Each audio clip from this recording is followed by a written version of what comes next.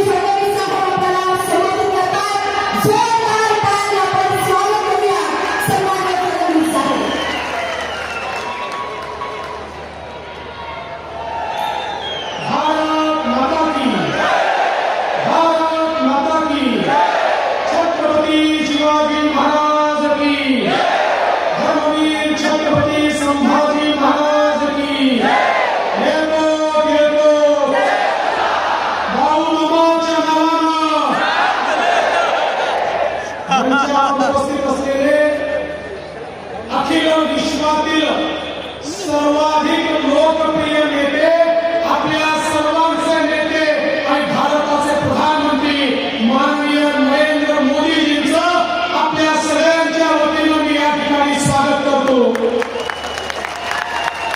मंचावर उपस्थित आपले लोकप्रिय उमेदवार रणजित सिंह नाईक निंबाळकर, नीलमताई गोळे, जयकुमार गोळे, गगनदादा शिंदे, प्रसादजी लाड, गोपीचंदजी परळकर, संजय मामा शिंदे, शहाजी बापू पाटील, प्रशांत मालक परिचारक, सदाभाऊ खोत, रश्मीताई गागर, संजीवनीताई पाटील, दिलीपराव येळगावकर, जयंतराव जगताप, दौलतराव शितोळे, राजकुमार नाना पाटील, चेतनसिंह केदार, दीपक आबा साळुंके, जयकुमार शिंदे, कल्याणराव काळे, शिवाजीराव सावंत, सोमनाथजी वाघमोडे, दादासाहेब उगाडे, चंद्रकांत कोकाटे, शिवरूप राजे, त्याचप्रमाणे शरद बापू, विक्रम कदम, सर्वच या ठिकाणी उपस्थित मान्यवर आणि उपस्थित माझ्या सर्व माता भगिनी आणि बंधूंनो, खरं म्हणजे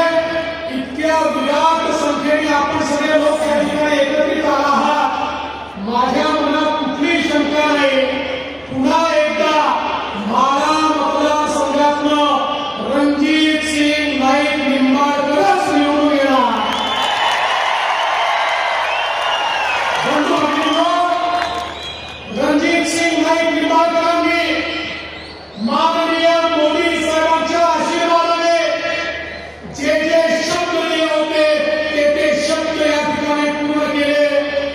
50-60 वर्ष ज्यांना आपण नेतृत्व केलं ते प्रत्येक निवडणुकीमध्ये तीच ती भाषण करायचे, तेच ते वादे करायचे, त्याच त्या घोषणा करायचे, पण ते कधी पूर्ण झालं नाही. पण तुम्ही पहिल्यांदा मोदीजींच्या सोबत रणजित दादाला पाठवलं. या ठिकाणी पाणी देखील आलं, या ठिकाणी रेल्वे देखील आली आणि चिंता करू नका, आता 36 गावाच्या पाण्याचा प्रश्न बाकी आहे. हा माझा तुम्हाला शब्द आहे. रणजित दादाच्या वतीनं हे पाणी मोदी साहेबांच्या माध्यमातून त्या ठिकाणी पोहोचवल्याशिवाय आम्ही शांत बसणार नाही. आज तुम्ही बघा, वर्षानुवर्ष आपल्याला सांगितलं जायचं कृष्णा भीमा स्थिरीकरण, कृष्णा भीमा स्थिरीकरण. मलाही वाटलं मोठी योजना आहे, मुख्यमंत्री झालो, हाईट उघडणीचं लक्षात आलं, त्याच्यावर लिहिलं होतं पाणी उपलब्ध नाही, योजना बंद करता येणार नाही. पण या ठिकाणी रणजित दादाला तुम्ही खासदार केलं आणि मुख्यमंत्री असताना त्या ठिकाणी प्रयत्न सुरू केला. माझ्या लक्षात आलं की आपल्याला जे वाहून जाणारं पाणी आहे, जे फ्लडचं पाणी आहे, ते पाणी डायव्हर्शन केनालनी उजनीपर्यंत आणता येतं आणि या सगळ्या दुष्काळी भागामध्ये हे पाणी पोहोचवता येतं. आपण वर्ल्ड बँकेची परवानगी मागितली, माननीय मोदी साहेबांकडे गेलो, आमच्या रणजित दादांनी त्याचा पाठपुरावा केला. मला सांगताना आनंद वाटतो, या फ्लड इरिगेशन प्रोजेक्टला त्या ठिकाणी मोदी साहेबांच्या आशीर्वादाने वर्ल्ड बँकेने देखील तत्वता मान्यता दिली आणि पैसे देण्याचं कबूल केलं. आता कृष्णेचं पाणी, वाहून जाणारं पाणी हे उजनीमध्ये आणून त्या माध्यमातून या संपूर्ण भागाला सुजलाम सुफलाम करण्याचं काम हे आपल्या सरकारच्या माध्यमातून होणार आहे. बंधू भगिनींनो, मोदीजींसारखा नेता पाठीशी आहे. आपण पाहतो, हायवेज पाहतोय, पिण्याच्या पाण्याच्या योजना पाहतोय, या ठिकाणी आपण सिंचनाच्या योजना पाहतोय. हे सगळं या ठिकाणी संभव झालं मोदी साहेबांचं नेतृत्व म्हणून. मी तुम्हाला एवढं सांगू इच्छितो, आता रणजित दादांच्या विरुद्ध पुन्हा एकदा जे उभे राहिले, जरा त्यांचा इतिहास बघा, जे उभे राहिले त्यांचे एफिडेव्हिट बघा. मी तुम्हाला एक शब्द देतो, या तालुक्याला त्यांच्या दहशतीतून मी मुक्त करणार आहे. मुक्त सामान्य माणसाला जो त्रास आहे, ज्या जमिनी बळकावल्या गेल्या, जे लोकांचे खून झाले, जे लोकांवर हल्ले झाले, ज्या प्रकारे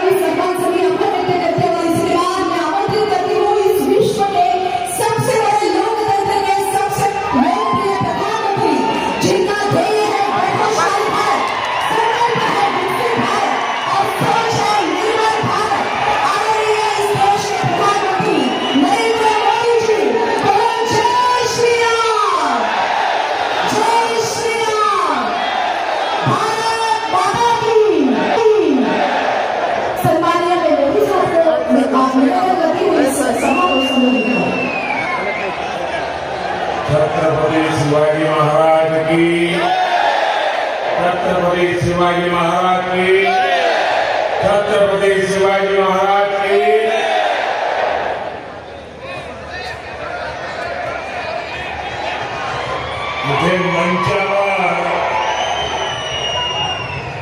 इथे मंचावर खासदार आहे,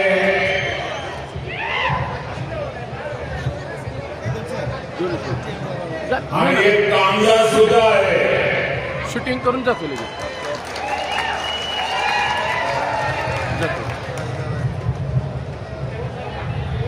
क्या बोलते हैं? येलकोट येलकोट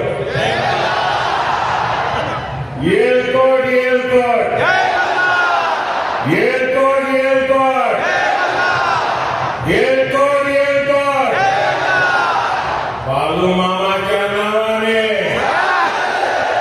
बालू मामाच्या नावाने. हर हर महादेव. मी महाराष्ट्राचे कुलदैवत विठोबा रखुमाई आणि माढेश्वरी देवी यांच्या चरणी नतमस्तक होतो. तुम्हा सर्वांनाही माझ्या प्रेमपूर्वक नमस्कार.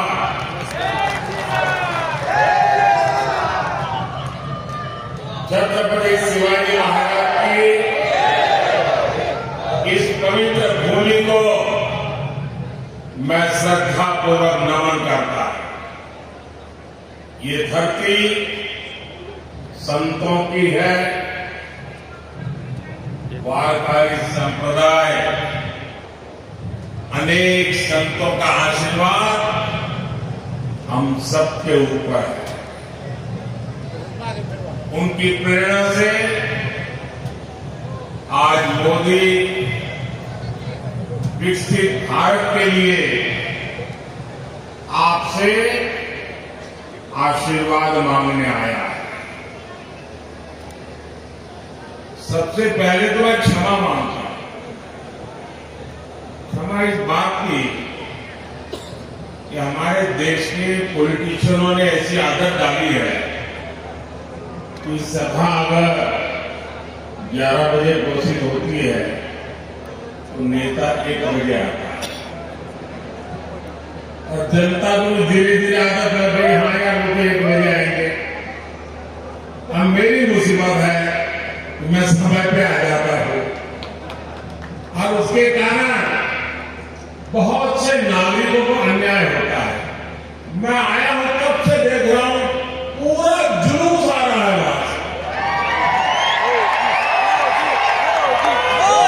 अब इतनी बड़ी तादाद में जो लोग आ रहे हैं, मैं उनको मेरी बात नहीं कह पाऊंगा. इसलिए जो अभी पहुंचे नहीं है, मैं उनकी भी पहले से क्षमा मांगता हूं, क्योंकि आगे के कार्यक्रम में जाने के लिए मैं अपनी बात करके चला जाऊंगा. तो आप कृपा करके मुझे क्षमा कीजिए. आप इतने दूर से आते होंगे, गांवों से आते होंगे और इस सभा के लिए आते होंगे, लेकिन मेरी कठिनाई है कि मैं आपके दर्शन किए बिना आगे निकल जाऊंगा. तो मैं क्षमा करके मेरी बात शुरू करता हूं.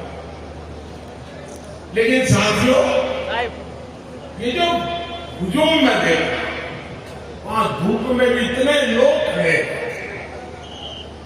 ये प्यार बहुत बड़ी ताकत है.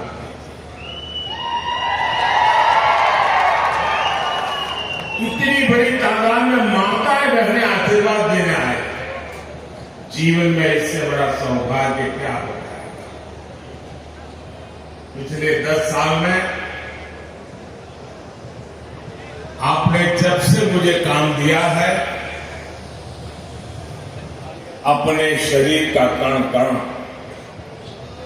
और समय का पल पल सिर्फ और सिर्फ नम्र भावपूर्वक आपकी सेवा में लगाया है.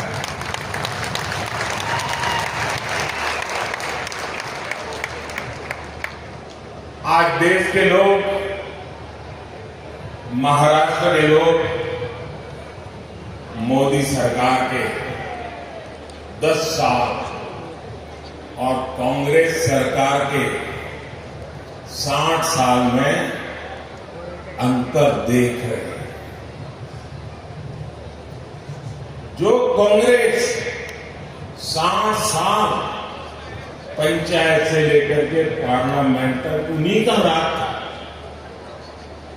और किसी की आवाज ही नहीं थी, विपक्ष तो था ही नहीं और मीडिया भी बहुत छोटा था उस समय।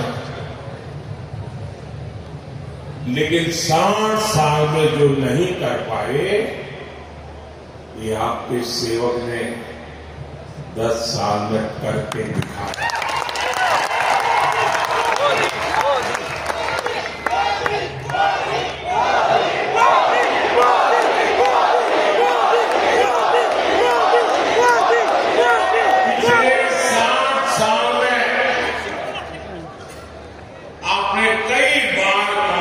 सभी प्रधानमंत्रियों के मुंह से, उनके सभी नेताओं के मुंह से एक ही बात सुनी होगी, गरीबी हटाएंगे, गरीबी हटाएंगे, गरीबी माला जपते रहते रहे। और हर चुनाव में गरीब गरीब गरीब गरीब गरीब गरीब गरीब गरीब गरीब गरीब यही माला जपते रहते थे। उससे आगे कुछ नहीं करते थे। आपके आशीर्वाद से, आपके सहयोग से और आपने मुझे जो कुछ भी शिक्षा दीक्षा दी है उसके कारण 10 साल में इस देश के 25 करोड़ लोगों को गरीबी से बाहर निकालने में हमें सफलता मिली। भाइयों बहनों, आप मुझे बताइए, कोई अगर गरीबी से मुक्त होता है तो आपको अच्छा लगता है नहीं लगता है? कोई गरीब का भला हो तो आपको अच्छा लगता है नहीं लगता है? जरा माता बहने बताए, अच्छा लगता है नहीं लगता है? अच्छा लगता है। अगर किसी को गरीबी से बाहर निकालते हैं तो हमें पुण्य मिलता है कि मिलता है? पुण्य मिलता है कि मिलता है? ये 25 करोड़ लोग गरीबी से बाहर निकले तो इसका पुण्य किसको मिलेगा? इसका पुण्य किसको मिलेगा? इसका पुण्य किसको मिलेगा? इसका पुण्य किसको मिलेगा? इसका पुण्य किसको मिलेगा? मोदी को नहीं मिलेगा। ये जो 25 करोड़ गरीबी से बाहर आए हैं ना, वो जो आशीर्वाद दे रहे हैं, उस पुण्य के हकदार सिर्फ और सिर्फ आप लोग हैं, क्योंकि आपने वोट देकर मोदी को ये काम करने के लिए कहा था और इसलिए इस पुण्य के सच्चे अधिकारी आप हैं। आज 80 करोड़ देशवासियों को उनकी थाली भरी हुई रहती है, उनका चूल्हा जलता रहता है, उनका बच्चा भूखा नहीं सोता है। 80 करोड़ लोगों को मुफ्त खाना मिलता है। इसका पुण्य किसको मिलता है? आपको मिलता है। आपने मोदी को वोट देकर के ये पुण्य कार्य करने के लिए भेजा। साथियों, जब देश में मजबूत सरकार होती है तो उसका ध्यान वर्तमान के साथ ही भविष्य की योजनाओं पर भी होगा। यही सोचकर आज भाजपा सरकार रेल, रोड, एयरपोर्ट पर अभूतपूर्व खर्च कर रही है। जितना कांग्रेस सरकार ने अपने 10 साल में खर्च किया, उतना आज हम 1 साल में खर्च कर रहे हैं। तभी तो आज आप हर तरफ आधुनिक इंफ्रास्ट्रक्चर दे रहे हैं। इसका सीधा लाभ भगवान मित्तल की इस धरती को भी हो रहा है। जहां पालकी मार्ग हो, रेलवे का काम हो, एयरपोर्ट का काम हो, ऐसे हर काम पर महायुति की हमारी सरकार तेजी से काम कर रही है। भाइयों और बहनों, महाराष्ट्र की जनता जब प्यार देती है, जब आशीर्वाद देती है, तो कोई कसर नहीं छोड़ती। लेकिन अगर कोई अपना वचन पूरा नहीं करता तो महाराष्ट्र की जनता उसे भी बराबर याद रखती है। रखती है कि नहीं रखती है? और हिसाब बराबर समय आने पर चुकता करती है कि नहीं करती है? अब देखिए, 15 साल पहले एक बहुत बड़े नेता यहां चुनाव लड़ने के लिए आए थे। कहते हैं कि तब उन्होंने डूबते सूरज की शपथ लेकर कहा था, यहां सूखे से प्रभावित क्षेत्रों तक पानी पहुंचाएंगे। उन्होंने पानी पहुंचाया क्या? पानी पहुंचाया क्या? पानी पहुंचाया क्या? याद है ना? याद है ना? अब उनको सजा देने का समय आ गया। एक वो दिन था और एक आज का दिन है। वो यहां से चुनाव लड़ने की हिम्मत नहीं जुटा पाए। साथियों, विदर्भ हो, मराठवाड़ा हो, बूंद बूंद पानी के लिए तरसाने का ये पाप सालों साल से होता रहा। कांग्रेस को 60 साल तक देश ने राज करने का हक दिया, काम करने का मौका दिया। 60 साल में दुनिया के अनेक देश पूरी तरह से बदल गए, लेकिन कांग्रेस किसानों के खेत तक पानी भी नहीं पहुंचा पाया। 2014 में देश में 99 सिंचाई योजना ऐसी थी, करीब 100 सिंचाई ऐसी योजनाएं थी जो कई कई दशकों से लटकी पड़ी थी। इसमें भी सबसे ज्यादा 26 परियोजनाएं महाराष्ट्र की थी। सोचिए कितना बड़ा धोखा इन लोगों ने महाराष्ट्र को दिया। साथियों, हर खेत में पानी पहुंचाना, हर घर तक पानी पहुंचाना, ये मेरे जीवन का बहुत बड़ा मिशन है। 2014 में सरकार बनने के बाद मैंने पूरी शक्ति इन सिंचाई परियोजनाओं पर लगा दी। आज कांग्रेस की लड़ाई वो करीब 100 सिंचाई परियोजनाओं से 63 परियोजनाएं पूरी हो चुकी हैं। जिस निर्माण डैम का इंतजार 50 सालों से हो रहा था, उसे हमने पूरा किया। गौसीपुर परियोजना का ज्यादातर काम एकनाथ जी, अजितदार और देवेंद्र जी की टीम तेजी से पूरा कर रही है। हमारी सरकार 5 साल में 11 करोड़ से ज्यादा घरों तक नल से जल पहुंचा चुकी है। 10 साल में माइक्रो इरिगेशन का दायरा भी 2 गुने से अधिक बढ़ा। इसका लाभ यहां केले की पैदावार से जुड़े किसानों को भी हो रहा है। साथियों, जब देश की आजादी के 75 साल हुए,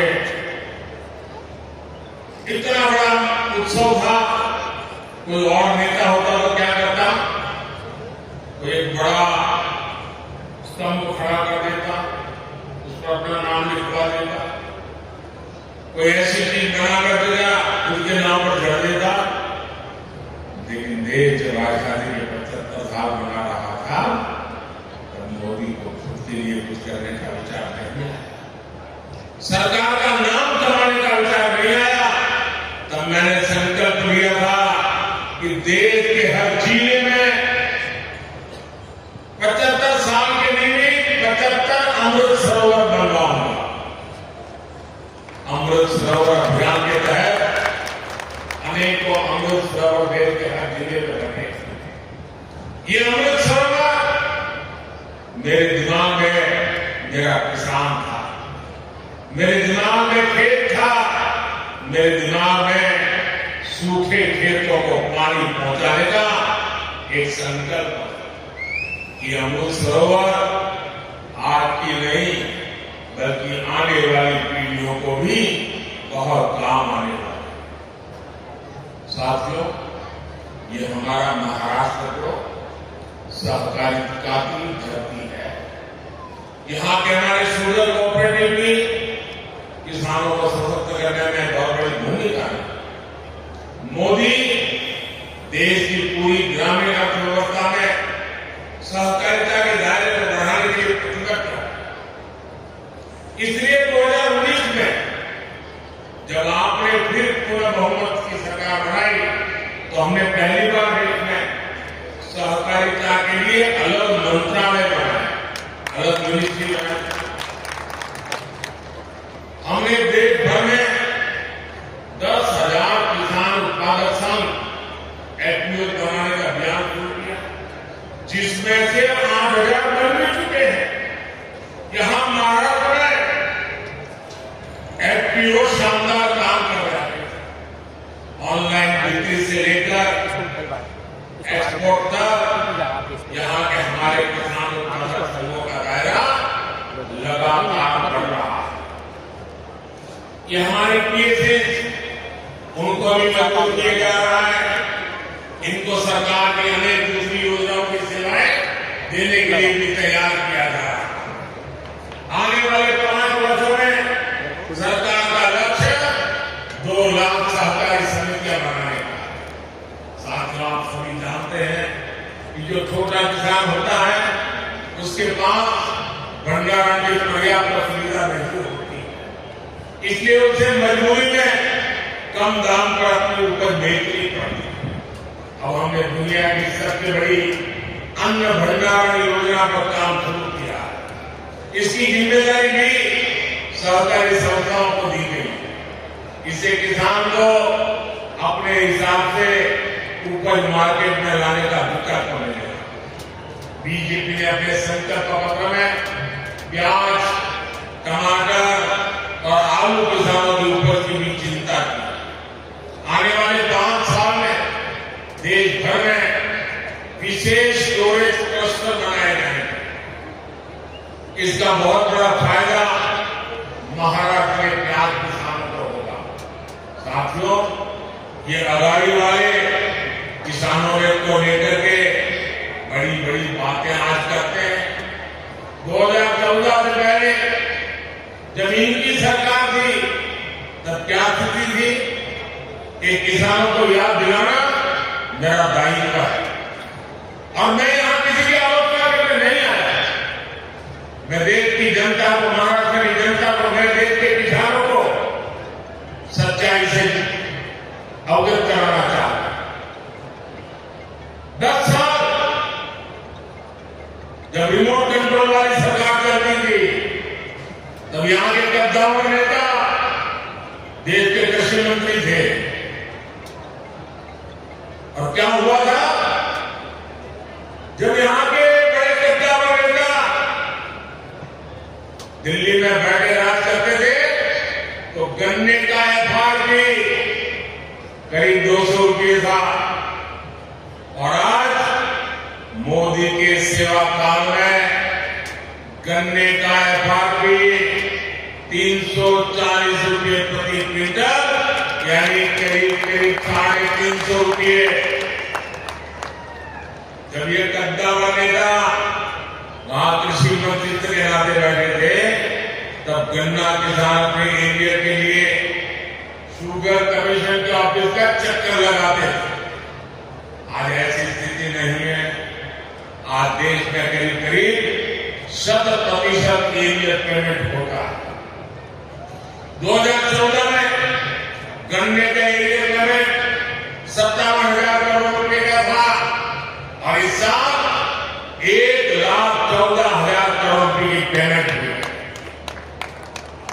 इसमें 32,000 करोड़ रुपए महाराष्ट्र के किसानों को मिले हैं। साथियों,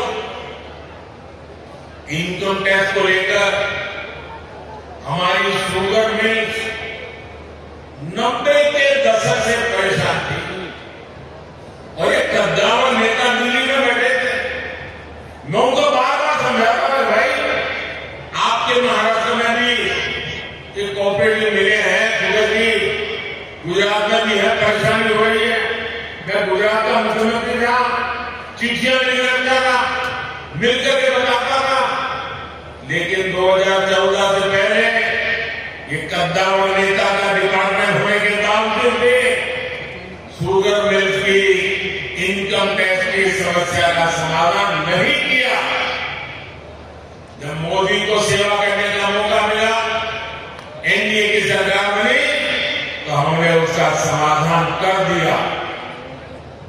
हमने कोऑपरेटिव शुगर मिलों को 10,000 करोड़ रुपए की राहत दी, यानी पुरानी इनकम टैक्स डिमांड माफ की, कानूनी मामलों का समाधान भी किया। इसका फायदा हमारे गन्ना किसानों को हुआ।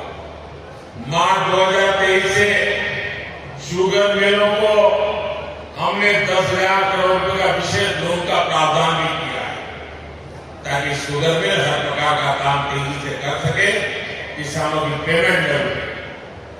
जब यहां के कद्दावर नेता दिल्ली की सरकार में थे, तब सरकार ने देश के किसानों से सिर्फ 7.5 लाख रुपए की खरीद की थी, 7.5 लाख करोड़। आज 10 साल में 20 लाख करोड़ रुपए की खरीदी हमने करके दिखाई। कहां 7.5 लाख करोड़ और कहां 20 लाख करोड़। महाराष्ट्र के दलहन तिलहन किसानों से 16,000 करोड़ रुपए की खरीद हमारी सरकार ने की है। साथियों, पहले दिल्ली से किसान के नाम पर थोड़ा भी पैसा निकलता था तो यहां कांग्रेस का पंजा उसे लूट लेता था, लेकिन अब दिल्ली में आपका ये बेटा बैठा है। अब दिल्ली से आपके हक की निकली पाई आपके खाते में पहुंची। पीएम किसान सम्मान निधि के तहत 3 लाख करोड़ रुपए किसानों के खाते में जमा हुए। इसमें से महाराष्ट्र के किसानों को भी हजारों करोड़ रुपए मिले। साथियों, बीते दशकों में किसानों ने अन्न की पैदावार में भारत को आत्मनिर्भर बनाया। अब हमारा संकल्प है विकसित भारत में अन्नदाता, विकसित भारत में ऊर्जा बने, अन्नदाता ऊर्जा दाता बने। 10 साल पहले देश में सिर्फ 40 करोड़ लीटर इथेनॉल उत्पादन होता, अब देश में 500 करोड़ लीटर, उससे भी ज्यादा इथेनॉल का उत्पादन होता है। इसके पिछले 10 सालों में किसानों के पास 70,000 करोड़ रुपए अतिरिक्त गए हैं और ये पैसा गन्ना किसानों को मिला। साथियों, हमने गोवर्धन योजना भी शुरू की है। एनडीए सरकार देश भर में गोवर्धन प्लांट लगा रही है, ताकि पशुओं के गोबर से गैस से बिजली और किसानों की कमाई भी बढ़े। इसमें से जैविक खाद पैदा हो, ताकि हमारी जमीन का भी काम आ जाए और कम कीमत पर उपलब्ध हो। साथियों, किसानों को सौर ऊर्जा दाता बनाने पर भी हम काम कर रहे हैं। पीएम कुसुम योजना से सोलर पंप के लिए खाली पड़ी जमीन में छोटा सा सोलर प्लांट लगाने के लिए सरकार मदद दे रही है। इससे किसान मुफ्त बिजली भी उपयोग कर पाएगा और बाकी बिजली सरकार खरीदेगी।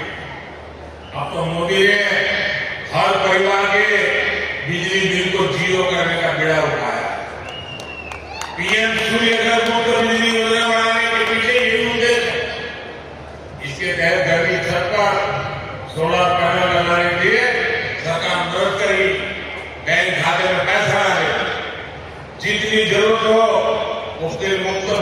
उपयोग करो और बाकी बिजली सरकार को बेच दो, कमाई करो। यानी बिजली जीरो और बिजली से कमाई भी। ये होता है मोदी की गारंटी का मतलब।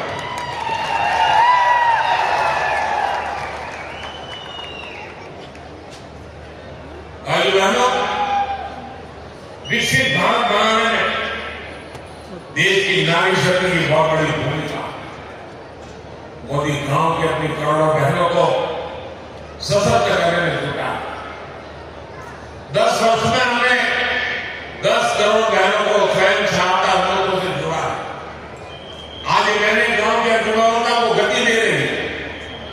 हमारे प्रयासों से कुछ समय के भीतर 1 करोड़ बहनें लखपति दीदी बनी है। आंकड़ा बहुत बड़ा है। 1 करोड़ बहनें मेहनत करके, कमाई करके लखपति दीदी बनी है। और अब मोदी ने गारंटी दी है, मैं 3 करोड़ बहनों को लखपति दीदी बनाऊंगा। और तभी तो हिंदुस्तान कोने कोने में हर मां, हर बहन, हर बेटी एक ही बात कह रही है, फिर एक बार, फिर एक बार, फिर एक बार। बहनों, भाजपा के प्रयासों के बीच आपको कांग्रेस के एक्सरे मशीन के सावधान रहना है। कांग्रेस के नेता, कांग्रेस के साजन गली गली में घूम करके कह रहे हैं तो उनको मौका मिलेगा तो वो आपका एक्सरे निकालेंगे। आपके लॉकर में क्या पड़ा है, आपके बैंक में क्या खाते में पड़ा है, आपके घर में कितना सोना पड़ा है, कितने पैसे पड़े हैं, ये सारा उसका हिसाब किताब लगाएंगे। और फिर कहते हैं वो हम बांट देंगे, ज्यादा जो है ले लेकर के बांट देंगे। इतना ही नहीं, वो एक ऐसे टैक्स की बात कर रहे हैं, आज आप हर माँ बाप मेहनत करके कुछ न कुछ बचत करता है, अपनी जरूरत को कम करके बचत करता है। कभी उसके मन में रहता है कि मरने के बाद बच्चों को कुछ दे करके जाऊं, अपने संतानों को कुछ दे करके जाऊं, और इसलिए वो कुछ न कुछ बचत करता है। अब ये कहते हैं जो बचत करते हैं आप, उस पर सिर्फ आपके संतानों का हक नहीं होगा, उस पर सरकार का भी हक होगा। और जो भी आपने बचाया है बच्चों के लिए, वो बच्चों को जाने से पहले आधा से ज्यादा सरकार दे देगी। अगर आपके पास 10 एकड़ की जमीन है, अब आपको 10 एकड़ की जमीन बच्चे को नहीं दे पाएंगे, 5 एकड़ सरकार दे देगी। आपने गांव में घर है, शहर में घर बनाया है, तो घर गया समझ लीजिए। मुझे बताइए, आपको ऐसी सरकार चाहिए क्या जो आपकी मेहनत का पैसा लूट ले? ऐसी सरकार चाहिए क्या? आपकी संपत्ति छीन के क्या आपका इरादा? ये खतरनाक इरादा है, ये मार्क्सवादियों का विचार है, ये नक्सलवादियों का विचार है। और इसलिए ऐसे लोगों से एक भी आदमी जीत करके दिल्ली नहीं जाना चाहिए। इन सबसे आपको कांग्रेस से सत्ता करने की जरूरत है। और उनके सारे साथी भी ऐसे ही है। साथियों, आज अयोध्या में 500 साल के बाद भव्य राम मंदिर बना। राम मंदिर बनने से हर कोई खुश है। आप खुश है नहीं है? अब मुझे बताइए भाई कि अंग्रेजों के जाने के बाद, देश आजाद होने के बाद पहले ही दिन राम मंदिर का काम शुरू होना चाहिए था, नहीं होना चाहिए था? इतने सालों लगता था तो उनकी वोट बैंक की राजनीति थी, उनकी वोट बैंक की चिंता थी, आपकी आस्था की चिंता नहीं थी, आपकी भावना की चिंता नहीं थी, आपकी श्रद्धा की चिंता नहीं थी। कांग्रेस के पास मौका था, लेकिन कांग्रेस इस पवित्र काम में सिर्फ रुकावटें कर रहा है। जिसकी राम में आस्था होगी वैसे काम कभी नहीं कर सकते। कांग्रेस की राम में ना आस्था है और ये उसके पास रहता एहसास है और उनके सारे चेहरे चपाटे भी यही है। ऐसा काम कोई डरी हुई पार्टी नहीं कर सकती, तुष्टिकरण के दबाव से गिरी हुई पार्टी नहीं कर सकती। ऐसा करने की जो साहस चाहिए होता है वो साहस मोदी ने दिखाया है और डंका की चोट पर 500 साल का इंतजार खत्म हो गया। हम मुझे खा गया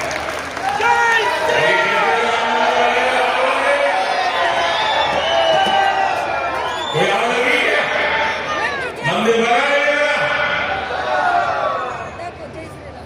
और भाई बहनों 500 साल के बाद जो सपना पूरा हुआ ना इसका कारण आपका एक वोट है, आपकी वोट की ताकत है जिसने 500 साल के इंतजार को इस पुण्य के हकदार आप है जिनके वोट की वजह से पवित्र काम पूरा। भाई और बहनों आपका वोट मजबूत भारत के लिए एक मजबूत सरकार बनाने के लिए पड़ना है। अब मुझे बताइए जिनके पास कभी 400 एमपी हुआ करते थे वो पार्टी आज 250 पौने 300 लोगों को चुनाव नहीं लड़ा पाएंगे। अगर सरकार बनानी हो तो 272 तो सीट चाहिए भाई, वो इतनी लड़ा लेंगे तो सरकार बनेगी कैसे, जीतेगी कैसे? और इसलिए जो सरकार बनाने के लिए लड़ ही नहीं रहे हैं तो उनके लिए आपका वोट बर्बाद करने की जरूरत क्या है? और इसलिए मैं आपसे आग्रह कर रहा हूं कि आप वोट दे करके सरकार को मजबूत बनाइए और आप जो वोट देंगे ना वो वोट सीधा सीधा मोदी के खाते में जाने वाला है।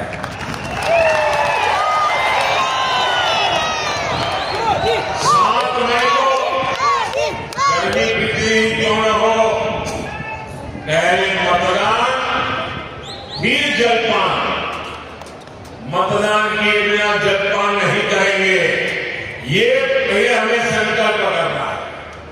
7 मई को मेरे साथी रंजीत नायक निंबालकर जी को आप जो वोट डालेंगे वो मोदी की शक्ति बढ़ाएगा।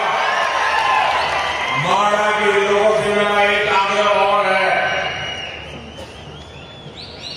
आप इनको तो जिताइए लेकिन मेरा एक और काम करिए। यहां से जाने के बाद गांव में, मोहल्ले में, परिवार का सबको बताना कि अपने मोदी जी आए थे और मोदी जी ने आपको नमस्कार भेजा है, प्रणाम भेजा है। मेरा प्रणाम पहुंचा देंगे, सभी को मेरा प्रणाम पहुंचा देंगे। मेरे साथ बोलिए भारत